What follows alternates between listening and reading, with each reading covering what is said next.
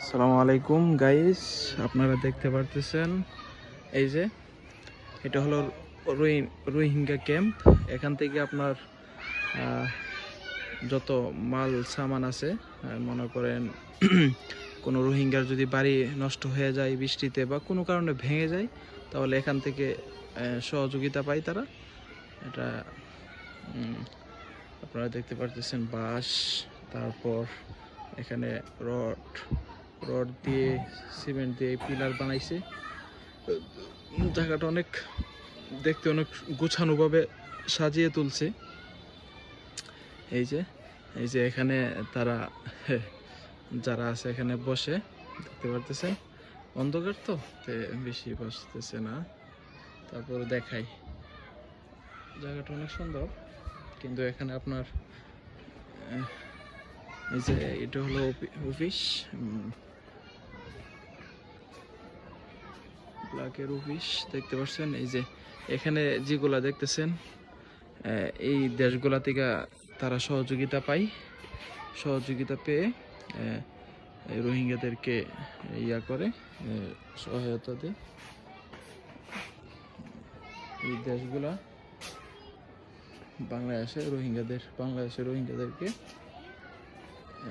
সহায়তা করে।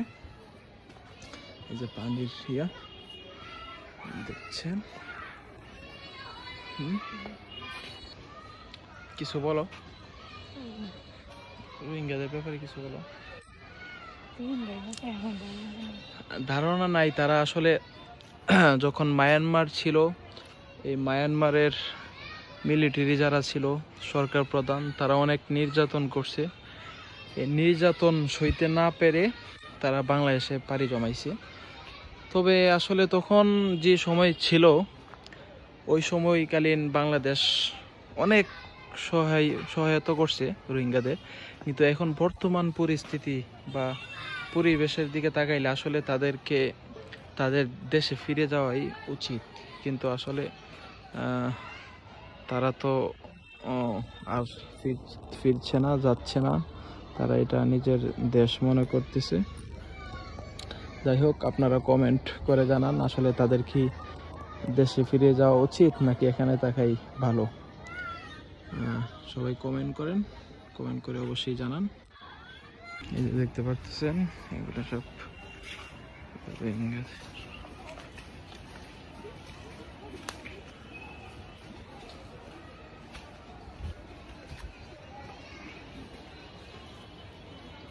এরিয়া তো বিশাল দেখা যায়।